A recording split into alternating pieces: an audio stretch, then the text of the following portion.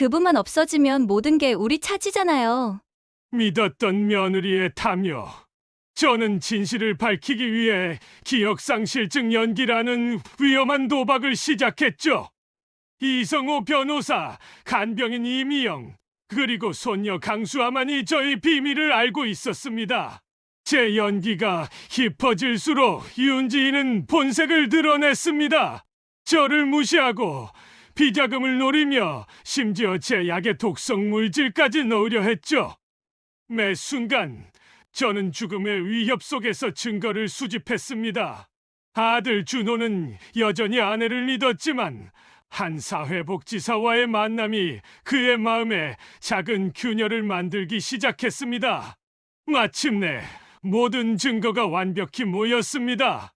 저는 가족 회의를 소집했고 모두가 지켜보는 앞에서 선언했습니다.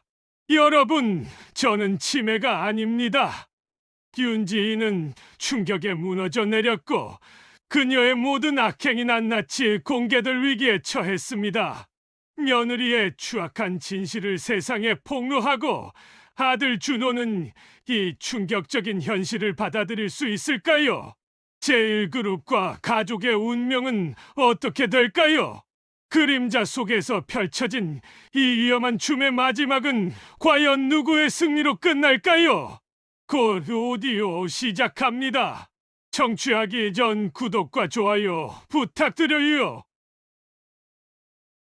제1그룹의 높은 빌딩은 언제나 강태산 회장의 굳건한 의지처럼 서울 하늘을 꿰뚫고 서 있었습니다.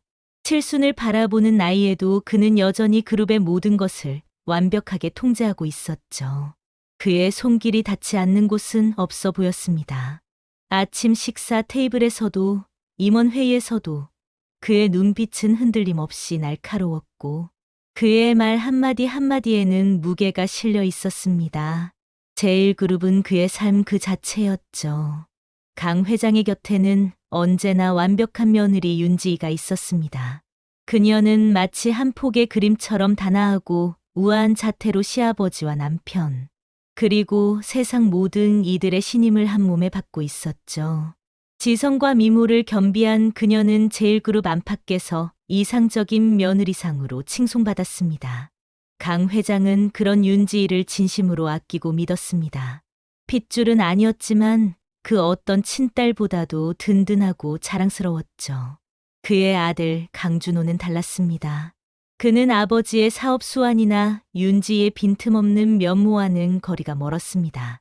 경영에는 크게 관심이 없었고 선량하고 순진한 성품 탓에 때로는 세상 물정을 모르는 듯 보이기도 했습니다. 강 회장은 준호가 언젠가는 그룹을 이끌어야 할 후계자라는 사실을 알면서도 그의 어리숙함과 무관심에 한숨을 쉬곤 했습니다. 하지만 그래도 그의 착한 심성을 누구보다 잘 알고 있었기에 언젠가는 준호 역시 제 몫을 해낼 것이라고 막연히 믿었죠. 막내딸이자 강 회장의 유일한 손녀인 강수아는 해외 유학 중이었습니다. 그녀는 할아버지에 대한 깊은 존경심을 가지고 있었지만 아직 그룹의 복잡한 속사정이나 가족 내면에 감춰진 그림자는 전혀 알지 못했습니다. 할아버지가 그룹을 얼마나 굳건히 지키고 있는지, 그리고 며느리 윤지희가 겉으로는 얼마나 완벽해 보이는지에 대해서만 막연하게 인지하고 있었죠. 겉으로 보기에 강태산 회장의 일상은 그야말로 평온하고 안정적이었습니다. 제1그룹은 흔들림 없는 거목처럼 우뚝 서 있었고 가족들은 각자의 위치에서 제 역할을 다하는 듯 보였습니다.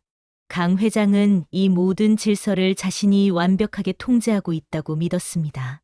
그러나 그 평온함 속에는 누구도 예상치 못한 균열이 생겨나고 있었습니다. 아직은 누구의 눈에도 띄지 않는 아주 미세한 실금이었지만 그 균열은 서서히 제1그룹과 강 회장의 삶을 뒤흔들 거대한 폭풍의 전조가 되고 있었습니다.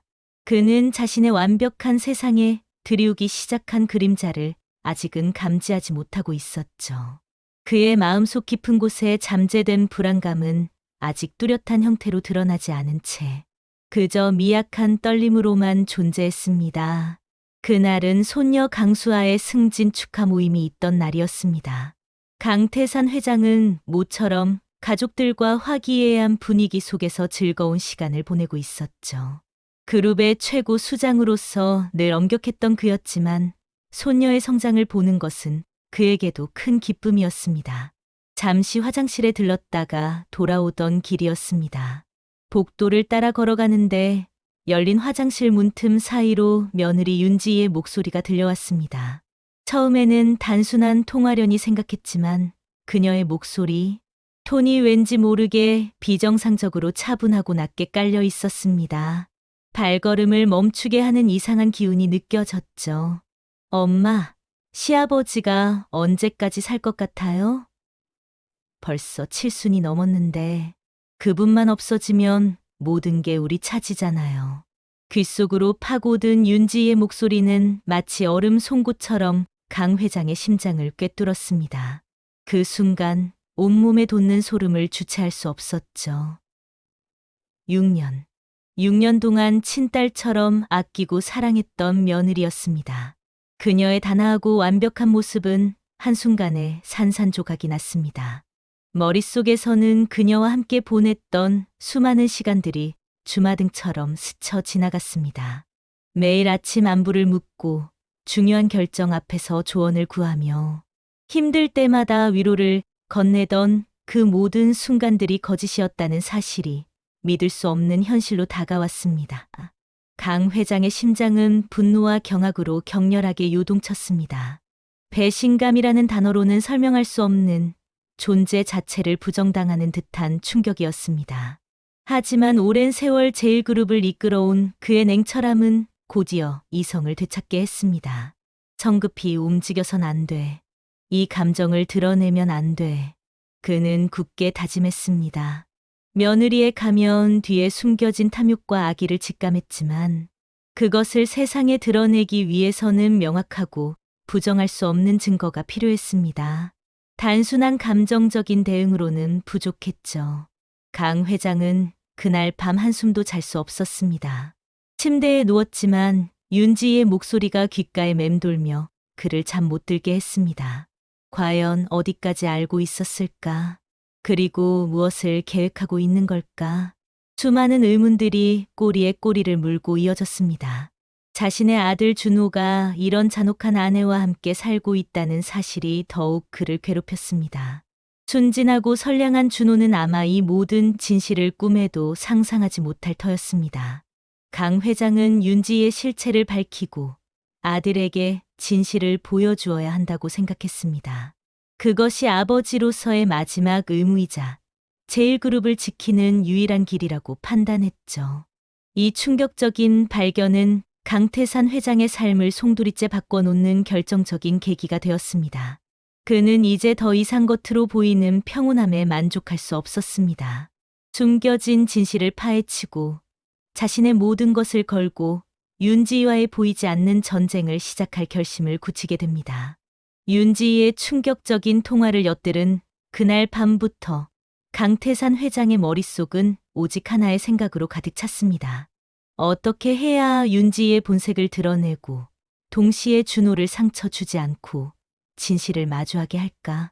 깊은 고뇌 끝에 그는 한 가지 대담한 결론에 도달했죠. 바로 기억상실증 환자 연기였습니다. 허술한 연기로는 안 될 일이었습니다. 완벽하게 주변을 속여야 했고 윤지의 스스로 가면을 벗어던지게 만들어야 했습니다. 강 회장은 가장 먼저 자신의 오랜 친구이자 제일그룹의 법률 고문을 맡고 있는 이성호 변호사를 찾아갔습니다. 이성호는 강 회장이 가장 신뢰하는 사람이었죠. 그의 서재에 마주 앉았을 때 강 회장은 숨겨왔던 진실과 자신의 계획을 털어놓았습니다. 이성호는 처음에는 경악을 금치 못했습니다. 회장님, 정말 그걸 실행하시겠다는 말씀이십니까? 위험천만한 일입니다. 그의 얼굴에는 걱정이 역력했지만 강 회장의 눈빛은 흔들림이 없었습니다. 성호야, 이 방법밖에는 없다. 내가 직접 윤지의 실체를 밝혀내야 해. 준호에게도 그리고 제일그룹에게도. 강 회장의 단호함에 이성호는 결국 고개를 끄덕였습니다. 다음으로 강 회장이 찾은 이는 20년 경력의 베테랑 간병인 이미영이었습니다. 그녀는 소리 소문 없이 뛰어난 실력과 탁월한 눈썰미로 정평이 나 있었죠. 이성우 변호사를 통해 이미영을 소개받은 강 회장은 그녀에게도 자신의 계획 일부를 밝혔습니다. 물론 기억상실증 연기의 목적은 숨긴 채 윤지희의 행동을 면밀히 관찰하고 기록해 달라고만 지시했습니다. 이미영은 강 회장의 설명을 듣고 의아한 표정을 지었지만 프로페셔널답게 묵묵히 자신의 역할을 수행하겠다고 약속했습니다. 그녀의 침착함은 강 회장에게 큰 안도감을 주었습니다. 강 회장은 가짜 진단서를 준비했습니다. 제1그룹의 최고 회장이 기억상실증 진단을 받았다면 그 어떤 의심도 받지 않을 것이라 판단했죠. 그는 밤마다 거울 앞에서 표정을 연습했습니다. 초점을 잃은 눈빛, 느릿한 움직임, 어눌한 말투, 그리고 기억을 더듬는 듯한 혼란스러운 표정. 스스로를 속이는 듯한 기분이 들 때도 있었지만 윤지의 소름 끼치는 목소리가 귓가에 맴돌 때마다 연기에 대한 집념은 더욱 강해졌습니다. 이것은 연기가 아니다. 진실을 밝히기 위한 전쟁이다. 며칠 후 강 회장의 기억상실증 연기는 시작되었습니다. 그는 가족들 앞에서 갑작스럽게 기억을 잃은 듯한 행동을 보였고 의료진은 준비된 가짜 진단서를 근거로 그의 상태를 진단했습니다. 가족들은 충격에 빠졌지만 윤지희는 달랐습니다. 겉으로는 슬픔과 걱정을 가장했지만 강 회장은 그녀의 눈빛 속에서 섬광처럼 번뜩이는 희열을 놓치지 않았습니다. 윤지희는 이제 기억상실증에 걸린 시아버지를 더욱 대담하게 대하기 시작했습니다. 그 모습에서 강 회장은 자신의 계획이 순조롭게 진행되고 있음을 확신했습니다. 그는 이제 보이지 않는 그림자 속에서 며느리의 움직임을 주시하며 그녀의 본색이 드러날 순간을 기다렸습니다. 강태산 회장의 기억상실증 연기가 깊어질수록 며느리 윤지희의 가면은 점차 허술해지기 시작했습니다. 처음에는 조심스럽게 강 회장의 상태를 살피는 척했지만 이내 그녀의 태도는 노골적으로 변했죠. 강 회장은 침대나 휠체어에 앉아 멍한 표정으로 그녀의 모든 행동을 주시했습니다. 그의 내면에서는 뜨거운 분노가 끓어올랐지만 겉으로는 한없이 나약하고 혼란스러운 노인의 모습을 유지했습니다. 윤지희는 이제 강 회장을 할아버지라고 부르며 반말을 섞기 시작했습니다. 할아버지, 오늘 식사 맛있었어요? 어차피 기억도 못 하시겠지만요. 비웃음이 섞인 그녀의 말 한마디 한마디는 강 회장의 가슴을 후벼 팠습니다. 가장 치욕적이었던 것은 그녀가 새로운 간병인 이미영 앞에서 자신을 대하는 태도였습니다. 간병인님, 어차피 기억도 못 하시는데 뭘 그렇게 꼼꼼하게 해요? 적당히 하세요. 이미영은 묵묵히 제 할 일을 했지만 그녀의 눈빛에는 윤지희를 향한 의구심이 분명히 서려 있었습니다. 강 회장은 이미영이 윤지희의 진정한 모습을 서서히 깨닫고 있음을 감지했고 그 작은 변화의 안도감을 느꼈습니다. 윤지희의 탐욕은 그룹의 재정까지 손대기 시작했습니다. 그녀는 강 회장이 기억상실증으로 판단력이 흐려진 틈을 타 회사의 비자금을 찾아내기 위해 회계팀을 압박했습니다. 밤늦게까지 서재에 불이 켜져 있는 것을 보며 강 회장은 그녀가 자신의 개인 금고 열쇠를 찾기 위해 뒤지는 중임을 직감했습니다. 대담하군. 아니, 뻔뻔하군. 그는 휠체어에 앉아 모든 것을 꿰뚫어보는 듯한 눈빛으로 윤지희의 움직임을 은밀히 기록했습니다. 윤지희는 강 회장의 건강을 악화시키기 위한 시도까지 했습니다. 처방받은 약의 일부를 몰래 빼돌리고 대신 설사약이나 수면제를 섞어 넣는 등 노골적인 행위를 서슴지 않았죠. 강 회장은 약을 받아 마시는 척하며 몰래 뱉어냈습니다. 쓴 약의 맛보다 더 쓰디쓴 것은 아내의 가면을 쓴 며느리의 섬뜩한 악행이었습니다. 이것은 단순한 재산 다툼이 아니다. 이건 살인 시도야. 그의 등골에는 차가운 식은땀이 흘렀습니다. 증거가 쌓일수록 분노는 치솟았지만 그는 이를 악물고 인내했습니다. 모든 것을 한 번에 폭로하기 위해 완벽한 순간을 기다려야만 했습니다. 한편 해외 유학 중이던 손녀 강수아가 방학을 맞아 잠시 귀국했습니다. 그녀는 할아버지의 달라진 모습에 진심으로 슬퍼했지만 며느리 윤지의 태도 변화에는 의구심을 품기 시작했습니다. 이모가 왜 이렇게 달라졌을까? 할아버지에게 너무 함부로 하는 것 같은데. 수아는 윤지희가 할아버지를 대하는 방식에서 미묘한 위화감을 느꼈고, 이는 강 회장의 계획에 예상치 못한 복선이 되었습니다. 강 회장은 수아의 날카로운 관찰력을 보며 희미한 희망을 품었습니다. 어쩌면 그 아이가 저의 가장 큰 조력자가 될지도 모른다는 생각을 했죠. 윤지희는 자신의 악행이 완벽하게 숨겨지고 있다고 믿는 듯 점점 더 대담해졌습니다. 그녀의 눈에는 오직 강태산 회장의 재산과 제일그룹의 권력만이 보였습니다. 하지만 그림자 속에서 그녀의 모든 움직임을 기록하고 있는 강태산 회장의 시선은 마치 사냥감을 쫓는 맹수처럼 번뜩이고 있었습니다. 복수는 차갑게 준비되는 법이었죠. 윤지희의 악행은 멈출 줄 몰랐습니다. 강태산 회장의 기억상실증이 깊어졌다고 확신한 그녀는 이제 회장님을 요양원에 보내려 했습니다. 제일그룹의 회장을 외딴 요양원에 감금하려는 그 시도는 강 회장에게 깊은 모욕감을 안겨주었죠. 윤지희는 노골적으로 요양원 자료를 뒤적이며 마치 집안에 불필요한 짐을 정리하듯 강 회장을 취급했습니다. 그는 겉으로 미동도 없이 멍한 표정을 유지했지만 속으로는 차갑게 끓어오르는 분노를 사겼습니다. 내가 이토록 비참하게 당할 인물은 아니다. 그의 눈빛은 흔들리지 않았습니다. 뿐만 아니었습니다. 윤지희는 회사의 중요, 기밀 서류를 빼돌리려는 대담한 시도까지 했습니다. 이사회 승인 없이는 열람조차 불가능한 극비 문서들에 접근하기 위해 갖은 편법을 동원했죠. 강 회장은 그의 서재에 설치된 비밀 카메라를 통해 윤지희가 밤늦게까지 서류를 뒤적이며 비열하게 웃는 모습을 지켜봤습니다. 그 순간 그의 심장은 경고음을 울렸습니다. 윤지희의 탐욕은 단순히 재산을 넘어 제일그룹 자체를 위협하고 있었기 때문이죠.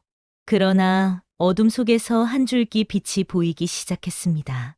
20년 경력의 베테랑 간병인 이미영은 윤지희의 수상한 행동을 계속 주시하고 있었습니다.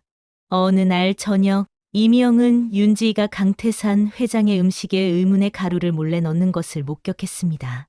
그녀는 재빨리 음식을 바꿔치기 하고 강 회장에게 이 사실을 은밀히 보고했죠. 회장님, 며느리님께서 식사에 뭔가 섞으시는 걸 봤습니다. 몸에 해로운 것 같아 바꿔두었습니다. 이미영의 목소리는 침착했지만 그 속에는 분명한 경고가 담겨 있었습니다.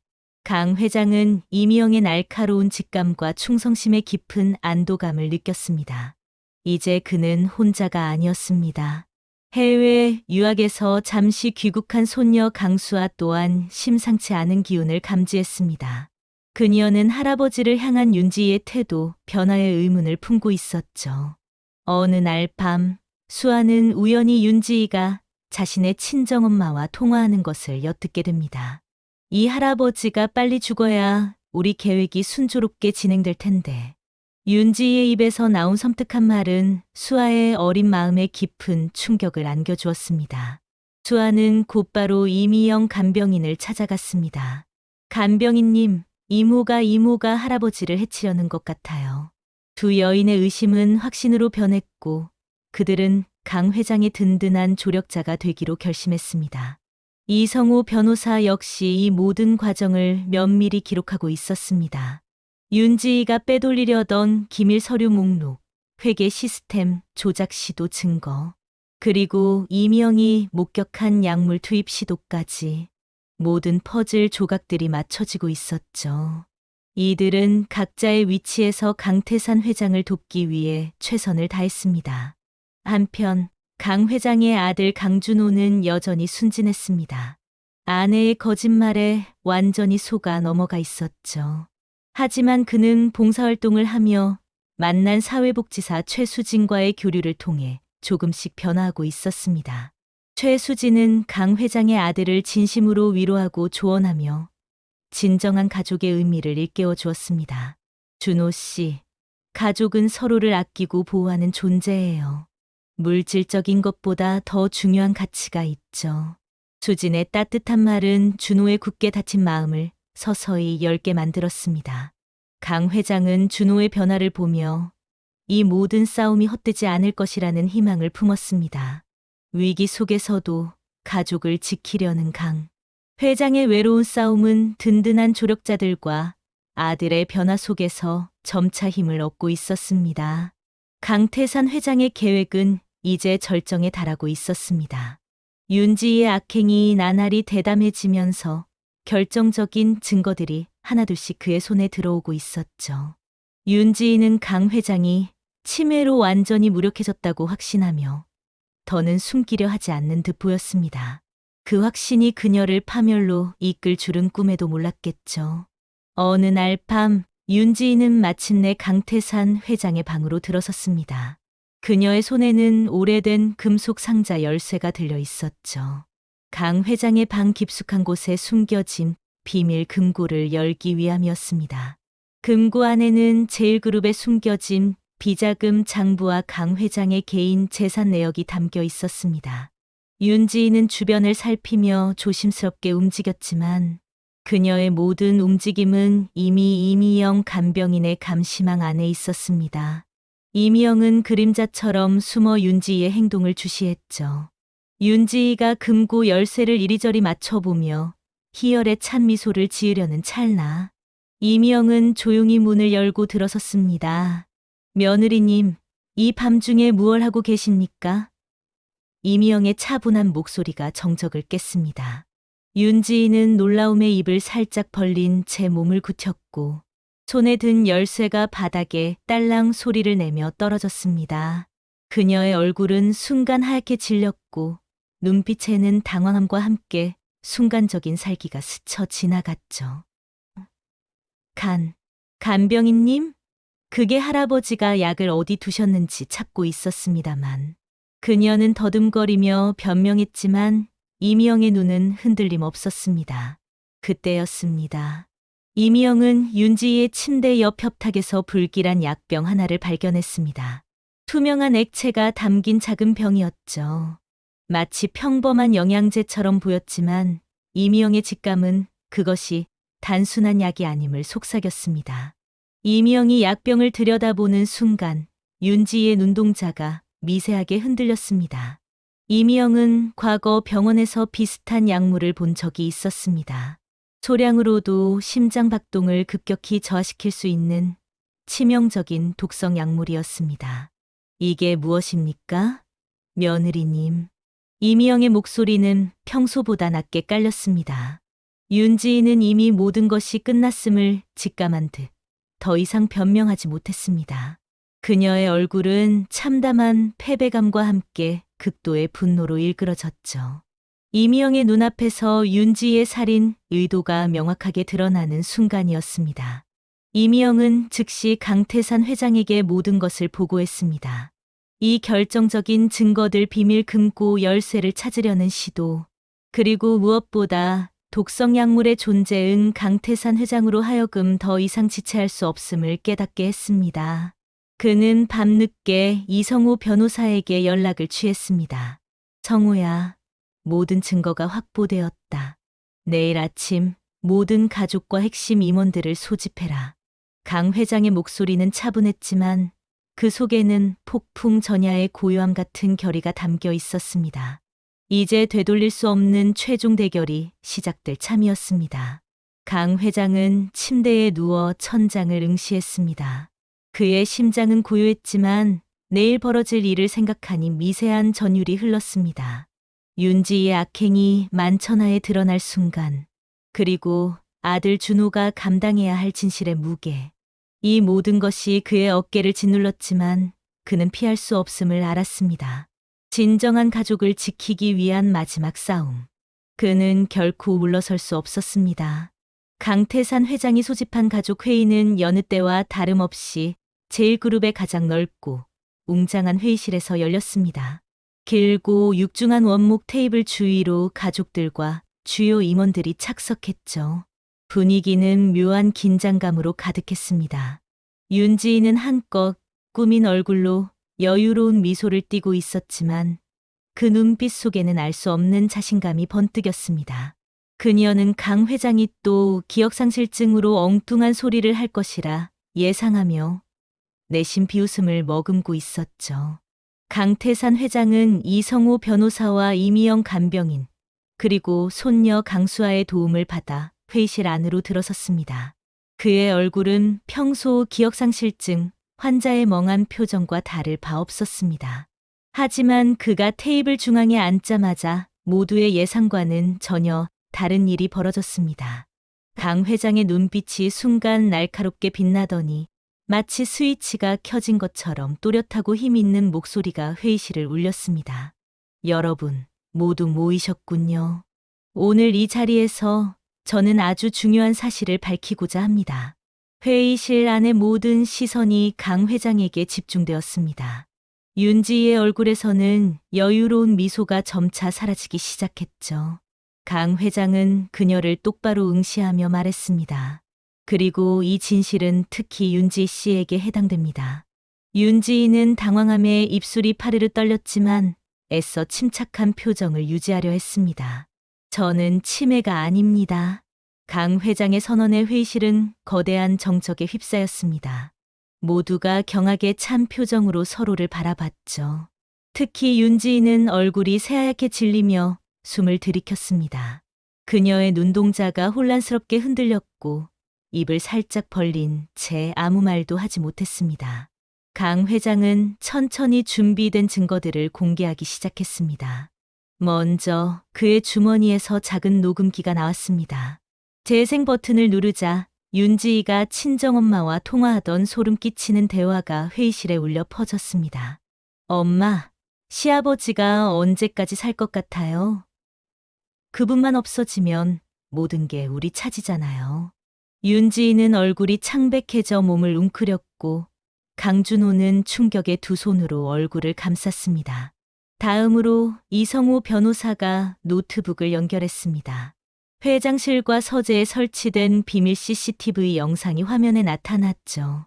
윤지희가 회계 시스템을 조작하고 금고 열쇠를 찾기 위해 서재를 뒤지는 모습, 그리고 가장 충격적인 것은 그녀가 강 회장의 약을 독성 약물로 바꿔치기 하려 했던 순간이었습니다.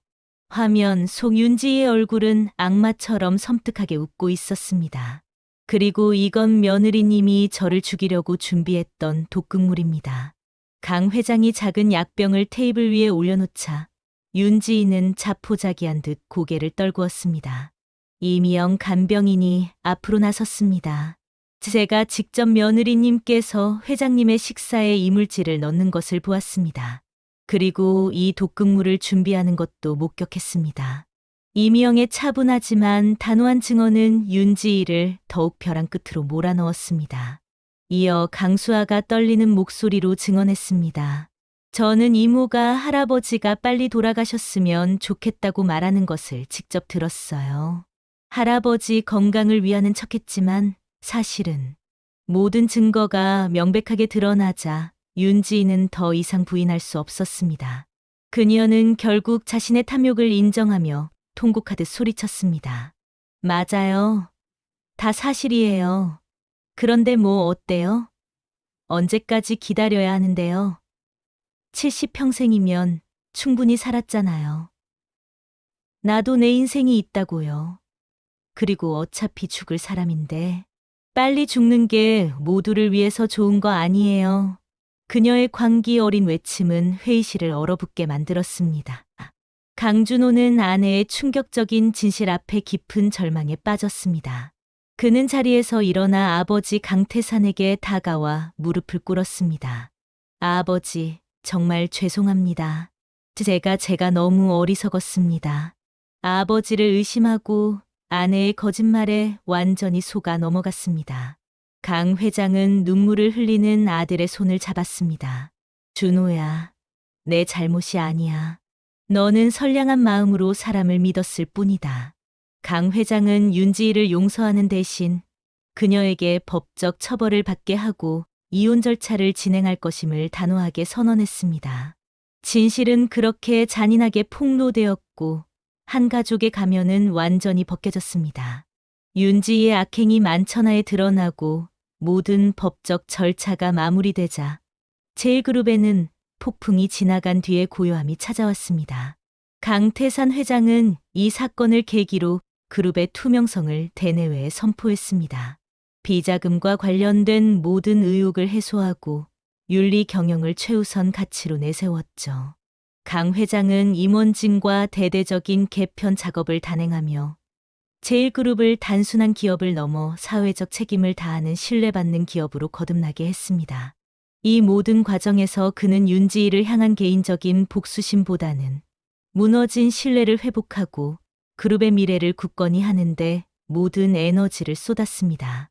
그의 리더십은 더욱 빛을 발했고 제1그룹의 위상은 오히려 이전보다 더욱 공고해졌습니다.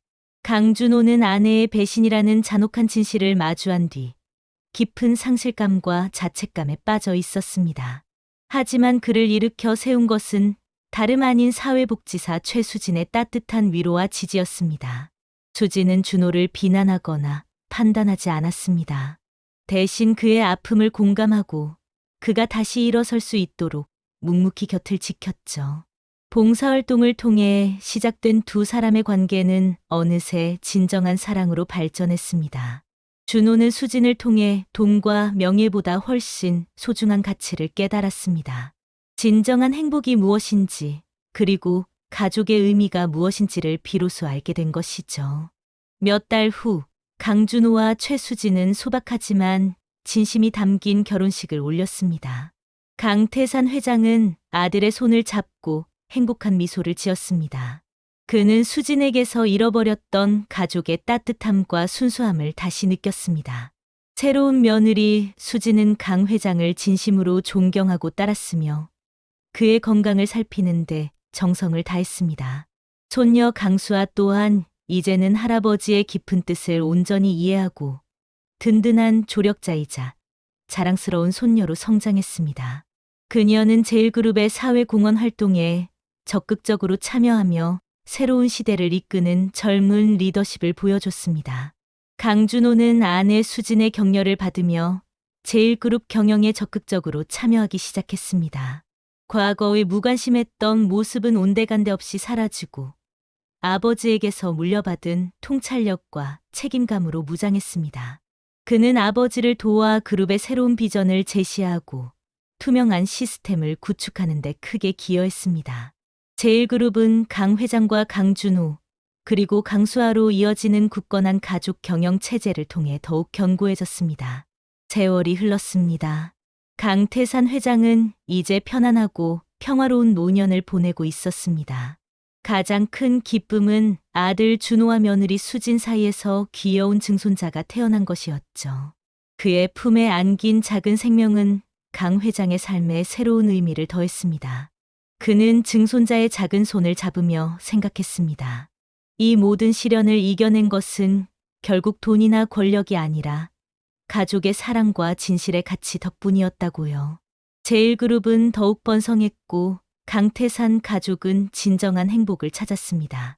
그들의 이야기는 세상의 돈보다 소중한 가치가 무엇인지, 그리고 아무리 깊은 그림자 속에서도 진실은 결국 빛을 발한다는 교훈을 남겼습니다.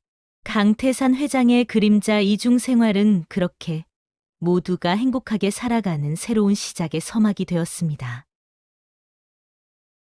강태산 회장의 얘기 재미있게 들으셨나요? 다음에도 더욱 감동 있는 스토리로 찾아뵙겠습니다. 구독과 좋아요는 제게 힘이 됩니다.